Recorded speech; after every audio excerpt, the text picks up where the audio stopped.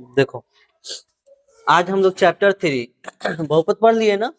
आज chapter 3 start करेंगे, जिसका नाम है दो चर वाले रैखिक समीकरण। ठीक है, दो चर वाले रैखिक समीकरण में सबसे पहले हम लोग क्या करेंगे। इसमें दो चर वाले रैखिक समीकरण का मतलब होता है कि इसमें दो चर रहते हैं, एक्स और वाई। ठीक है, ये दो चर है। ठीक है, दो समीकरण भी होगा, एक समीकरण ऊपर एक समीकरण नीचे। ठीक है, तो द्विघात बहुपद को अगर 0 के बराबर कर दोगे तो वो द्विघात समीकरण हो जाता है। ठीक है, लेकिन यह है दो चर वाले रैखिक समीकरण। ठीक है, तो सबसे पहले हमारा जो भी इस चैप्टर जो है ना, इसी से समाप्त हो जाता है और एक्स और वाई का मान निकालने के लिए रहता है, जो हमने बताया है आपको। ठीक है, तो सबसे पहले दो चर वाले रैखिक समीकरण में एक दो चर वाले रैखिक समीकरण का दो समीकरण देगा और दोनों समीकरण का व्यापक रूप देगा। देखिए क्या, a1x plus b1y plus c1 बराबर 0, a2x plus b2y plus c2 बराबर 0। अगर इसका उदाहरण की बात की जाए तो हम इसको लिख सकते हैं कि 4x plus 6y plus 8 is equal to 0 और 3x plus 4y plus 12 is equal to 0। ये भी आपका इसी पर ये सेट है। कैसे बताइए, x के गुणांक को a1 कहते हैं, अरे यस या नो जी।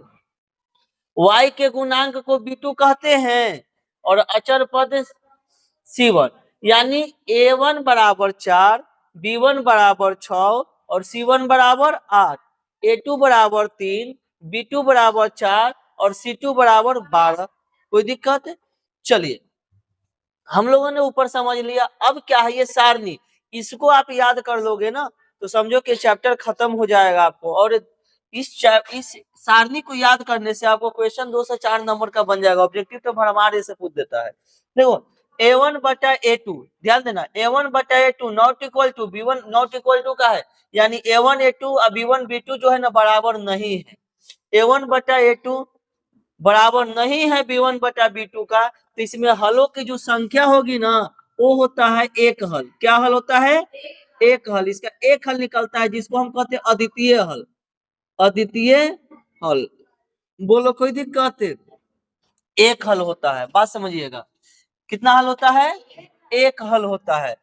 एक हल जब इसका होता है तो देखिए इसका ग्राफ जो बनेगा, आलेख, वो किसी एक बिंदु पर काट देगा। यहाँ पे के बिंदु पर काट रहा है? एक बिंदु पर, तो ये एक हल होगा। इसको कहते हैं हम प्रतिच्छेदी। क्या बोलते हैं? प्रतिच्छेदी। प्रतिच्छेदी रेखा बोलते हैं, यानी प्रतिच्छेद कर रहा है। बोलो कोई दिक्कत है? समझ में आ रहा है जी? इसको क्या बोलते हैं हम? प्रतिच्छेदी रेखा बोलते हैं। इसको जो बोला जाता है वह है अविरोधी। क्या बोला जाता है? अविरोधी। इसको एक अविरोधी बोला जाता है। आज जो अविरोधी होगा इसको हम लोग बोलते हैं संगत। क्या बोलते हैं? संगत। याद रखिएगा। ठीक है, उसके बाद a1 बटा a2 बराबर b1 बटा b2 नॉट इक्वल टू, एगो जब कट जाए चला, दो गो बराबर हो एगो कट जाए तो इसका कोई हल नहीं। क्या लिखेंगे? कोई हल नहीं। इसका कोई हल नहीं है। कट गया ना, यानी कोई हल नहीं, तो एक दूसरे के समांतर होगा। क्या होगा? समांतर। अच्छा ये बताइए, ये समांतर है तो एक दूसरे को काट रहा है कहीं पर, तो नहीं काट रहा है तो कोई हल नहीं है। अरे काटेगा तब ना एक हल होगा जी। नहीं काट रहा है तो कोई हल नहीं है। और जब कोई हल नहीं है तो इसको हम कहते हैं विरोधी। क्या बोलते हैं? विरोधी। ऊपर वाला का विरोधी, एक हल था तो विरोधी, कोई हल नहीं है उसको क्या बोलेंगे? विरोधी। क्या बोलेंगे? विरोधी। इसको बोलते हैं असंगत। क्या बोलते हैं? असंगत। ठीक है, इसके बाद तीनों जब आपस में बराबर हो जाए, a1 बटा a2 not equal to b1 बटा b2 not equal to c1 बटा c2, तब हम क्या बोलेंगे? इसको अनेक हल। यानी के को हल है? अनेक हल। इसमें हलों की संख्या गिनती नहीं की जा सकती है, अनंत हल होगा। आ रहा बात समझ में? कितना हल होगा? अनेक हल। अब बताइए, अनेक हल होगा तो इसका ग्राफ कैसा बनेगा? देखिए अनेक, चलो जल्दी बैठो ना जी। अरे तू ही इधर घसक जाती, सब काहे ला तो सब नौटंकी करते, उठ उठ के कोई लेट में आए तो एकदम कोना में जाके घसका दो। अरे तू ही से घसक, जल्दीबाजी हो जाएगा। अनेक हल, इसका ग्राफ जो बनेगा, ये एक रेखा गया, ठीक है, इसी पर इसी पर, यही रेखा पर एक और रेखा गुजरेगा। कितना बार काटा? 2 बार। यहाँ भी काट रहा है, यहाँ भी काट रहा है, यहाँ भी काट रहा है, यहाँ भी काट रहा है, यहाँ भी काट रहा है, और एक दूसरे को तो काट काट के कचाहिन बना दिया हो, एक दूसरे पर चल दिया तो नहीं काटा जी। और एक रेखा गुजार है, इसी पे एक और गुजार दिए, तो एक जगह काट रहा है, काट काट एकदम खुनसैले है। कोई ऐसा जगह है जहां छोड़ा है सब है? तो कितना हल निकलेगा? अनेक हल निकलेगा। इसको कहते हैं आश्रित। आश्रित क्या कहते हैं? आश्रित या संपाति, या संपाति, इसको कहते हैं आश्रित या संपाति। इसका जो हल निकलता है ये, इसको कहते हैं संगत। क्या कहते हैं? याद रखना, जिसका हल निकल रहा है ना उसको संगत। देख लो, एक हल तो हल निकल रहा था तो संगत, अनेक हल तो संगत, जिसका हल नहीं निकले उसको असंगत। बात समझना, हल निकलेगा तो एक हल होगा तो एक जगह काटेगा, अनेक हल होगा तो हर जगह काटेगा। इसको हम लोग कहते हैं संपाति। क्या बोलते हैं? संपाति। यहाँ पर भी लिख देते हैं, यहाँ पर लिखना जरूरी नहीं था। संपाति, संपाति एक दूसरे पर जब ओवरलैप करता है तो संपाति आश्रित। ठीक है, जब एक को हल नहीं होगा तो एक भी रेखा पर नहीं कटेगा। देखो सब अलग अलग है। बोलो कोई दिक्कत है? समझ में आया जी?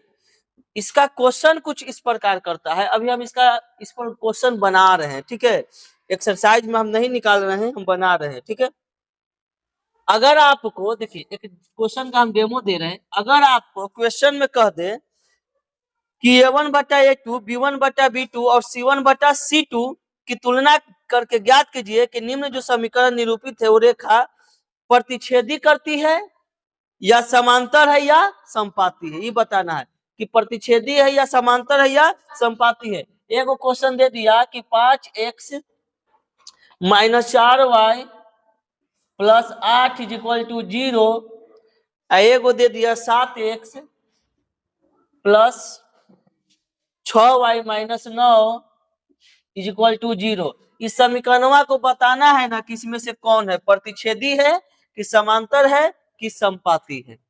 ठीक है, हम यहां से क्या करेंगे, इससे निकलेगा A1 = 5, A2 = A1 नहीं, इसमें B1 हम निकलेगा, B1 = -4 और C1 = 8। नीचे वाला में A2 = 7, B2 = 6 और C2 = -9 है ना। शर्त लगा दो। शर्त क्या होता है, यहाँ पर लिख दो A1/A2 = B1/B2 = C1/, तीनों बराबर लिखना, इसको चेक करना है। तो अब बताओ A1 का मान कितना है?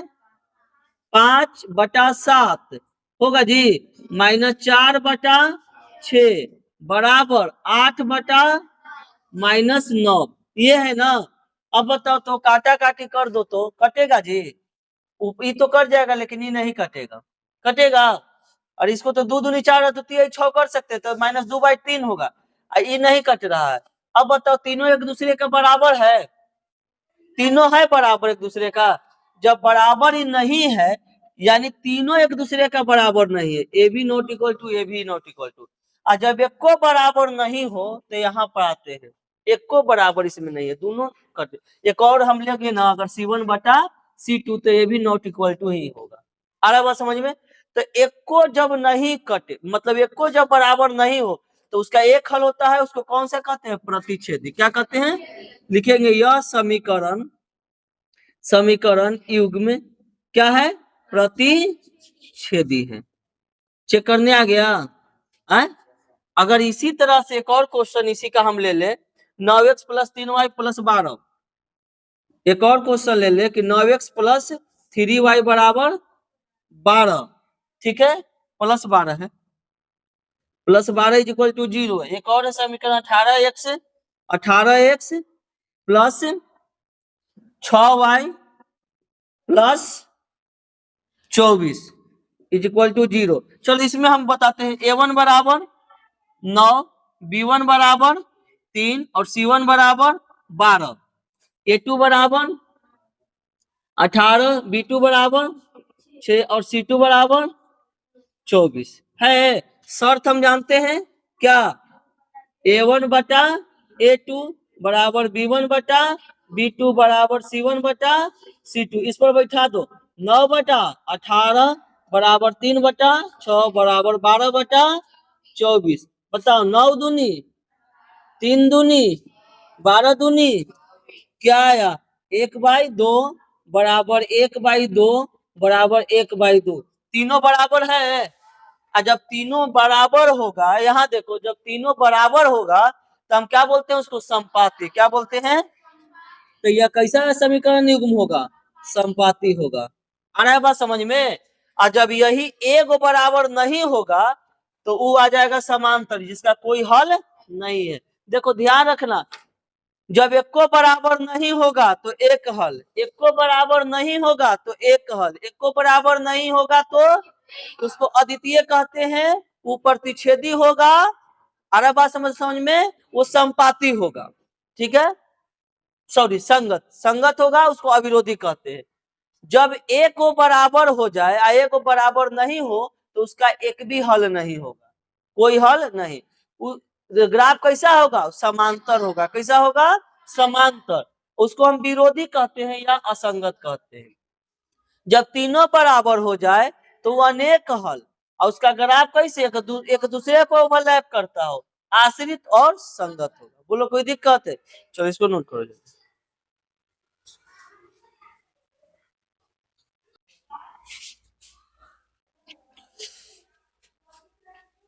चलो एक फार्मूला हो गया, एक फार्मूला और चलेगा। ठीक है, वो इक्वेशन हल करने के लिए आपको काम करेगा। क्या है, ब्रज गुणन विधि। ब्रज गुणन विधि या नियम। ठीक है, अगर आपको एक समीकरण दे दे a1x plus b1y plus c1 is equal to 0, एक समीकरण और मिल जाए a2x plus b2y plus c2 is equal to 0।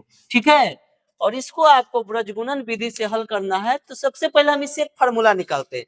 ठीक है, इससे पहले हम फार्मूला आपको निकाल देते हैं। क्या है कि हमको फार्मूला निकालने के लिए क्या करना है, ध्यान देना। x y1 इतना आप लिख दीजिए, x y1। हम बीच से चलेंगे। कहां से चलेंगे, बीच से। बीच में ऊपर क्या है, b1, इसको डायग्राम में सेट करेंगे, b1, फिर नीचे है b2, उसके बाद क्या है तो c1 और c2। x को बीच में रख देंगे, b1 b2 c1 c2, b1 b2 c1 c2 हो गया। c1 के बाद 0 नहीं लिखना है, उसके बाद क्या है, शुरू से आना है a1 a2। बोलो कोई दिक्कत है, समझ में आ रहा है? उसके बाद क्या है b1 b2, जहां से चले थे वहीं खत्म। बोलो कोई दिक्कत आ रहा है समझ में? अब फॉर्मूला निकालने के लिए x बटा, ध्यान देना है, इसमें इससे पहले गुना कर देना है। तो क्या है b1 c2 माइनस इसमें इससे गुना करके घटाना है, तो b2 c1। अरे b2 c1, इसको इसको गुना किए, b1 c2 b1 c2 b2 c1 गुना करके घटा दिए। फिर बराबर ये क्या है y, तो y बटा, अब इसको इसको गुना करिए, c1 a2 minus c2 a1। बोलो कोई दिक्कत? फिर बराबर, अब ऊपर क्या है 1, अब इसको इसको गुना करके इसको घटाइए, तो a1 b2 minus a2 b1। Formula निकल गया, यही फार्मूला है। ठीक है, इतना। इसके बाद भी आप फार्मूला इसको आप बना सकते हो, एक्स वाई का वहां से आपको मान निकल जाएगा। अब देखो, अगर इसको हम और आगे हल करें तो हम क्या कर सकते हैं, एक्स बटा b1 c2 minus b2 c1 बराबर, इसको कीजिए 1 बटा a1 b2 minus a2 b1। बोलो कोई दिक्कत?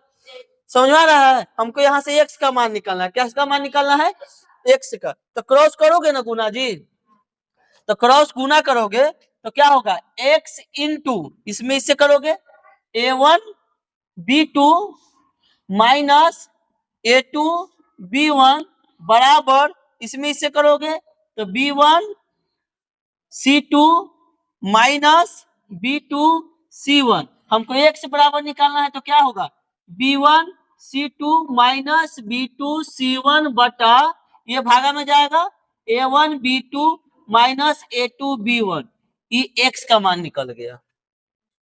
अब हमको y का निकालना है तो इसको बराबर करना है, तो डायरेक्ट हम y बराबर यहाँ से निकाल दे रहे हैं। देखिए कैसे, इसी से समझ लो ना x बराबर कैसे निकल गया। B1 C2 minus B2 C1 ऊपर चल गया, अरे बोलो ना जी, ये वाला ऊपर चल गया, ये वाला नीचे आ गया। उसी तरह से ये वाला ऊपर जाएगा, ये वाला नीचे आएगा, तो क्या हो जाएगा C1 A2 minus C2 A1 बटा A1 B2 minus A2 B1, ये x का मान निकल गया, ये y का मान निकल गया। आप ब्रजगुणन विधि का हम फॉर्मूला निकालने के लिए आपको अभी बताएं, आप डायरेक्ट इसको याद कर सकते हो, ठीक है। यहां से x बराबर निकाला है, डायरेक्ट इसको निकाल के आप मान बिठा सकते हो, या हम तो कहेंगे कि फॉर्मूला याद नहीं करो, हम बनाने के लिए सीख जाएंगे तो फॉर्मूला हमको याद करने की जरूरत नहीं है। इसी का एक क्वेश्चन आप बोलिए, आपको इसको बना के हम दिखाते हैं। क्या है क्वेश्चन, बोलो तो चला। x प्लस वाई बराबर 14 और x माइनस वाई बराबर 4। देखिए हम इसको अगर हम बनाना चाहे इसी फॉर्मूला के आधार पर, तो देखिए x के आगे कुछ नहीं है तो एक छिपा हुआ है, y के आगे कुछ नहीं है तो एक छिपा हुआ है, सबके आगे कुछ नहीं तो एक छुपा हुआ है। देखो इसको पहले तो 14 को इधर लेके चलाना पड़ेगा, x प्लस वाई माइनस 14 बराबर 0 और x minus y minus 4 is equal to 0। यहां से निकालिएगा a1 बराबर 1, b1 बराबर 1 और c1 बराबर माइनस 14, a2 बराबर 1, b2 बराबर माइनस 1 और c2 बराबर माइनस 4। इतना निकालने आता है। अब हम लोग क्या करेंगे, हम क्या सिखाए हैं तुमको, ये सिखाए ना कि x y और 1। चलिए 20 से स्टार्ट करते हैं ना, 1 माइनस 1, 1 माइनस 1, उसके बाद माइनस 14 माइनस 4, ठीक है। उसके बाद 1 1 माइनस नहीं 1 1 है, इसके बाद 1 और माइनस 1, इतना जानते हो ना। अब बताओ x बटा क्या कहते हैं, इसको गुना करना है, तो 1 में माइनस 4 से गुना करो, क्या आता है माइनस 4 आता है, और फिर घटाव का चिन्ह। अब बताओ इसको इसमें गुना करो, तो माइनस 1 में माइनस 14 से करेंगे तो प्लस 14 होगा क्या, अरे हाँ या ना। चलो ये हो गया बराबर y बटा, अब बताओ इसको तो क्रिया हो गया, अब इसमें करेंगे गुना पहले, तो माइनस 14 में 1 से करेंगे तो माइनस 14, घटाते हैं बीच में, अरे देखो ना यहाँ घटाते हैं जी, देखो यहाँ घटाते हैं। अब इसमें पूरा करो, तो माइनस 4 में 1 से होगा तो माइनस 4, बोलो कोई दिक्कत है, बराबर 1 बटा। अब बताओ ये तो हो गया, अब इसको गुना करेंगे तो माइनस 1, अब माइनस इसको गुना करेंगे तो 1, बोलो कोई दिक्कत, समझ में आया। अब चलो यहाँ पर और हल करते हैं, x बटा माइनस 4 और माइनस 14 माइनस 18 बराबर y बटा माइनस 14 माइनस माइनस प्लस 4, तो 4 में से 14 घटेगा माइनस 10 बराबर 1 बटा माइनस 1 तो माइनस 2। अब हमको x y का मान निकालना है, तो इसके बराबर 1 बराबर इसके बराबर करो, तो x बटा माइनस 18 इज इक्वल टू 1 बटा माइनस 2, माइनस माइनस खत्म, नीचे जी दूनावा 9, अभी 9 भागा में उधर जाएगा तो x बराबर क्या आ गया 9। चलो एक बार इसके बराबर करो, तो y बटा माइनस 10 बराबर 1 बटा माइनस 2, माइनस माइनस 2 बचे, और y बराबर उधर चल जाएगा तो 5, हो गया आपका आंसर। नहीं निकल गया x और y का मान निकल गया, तो आप इस क्वेश्चन को इस तरह से आप बना सकते हो, ठीक है। और नहीं तो डायरेक्ट आप अगर फार्मूला आप याद रखते हो तो इतना फार्मूला याद रहेगा, लेकिन वादा को पक्का कहते हैं कि फार्मूला याद करोगे कल भूल जाओगे, कॉन्सेप्ट सबसे अच्छा, ठीक है। चलो नोट कर लो।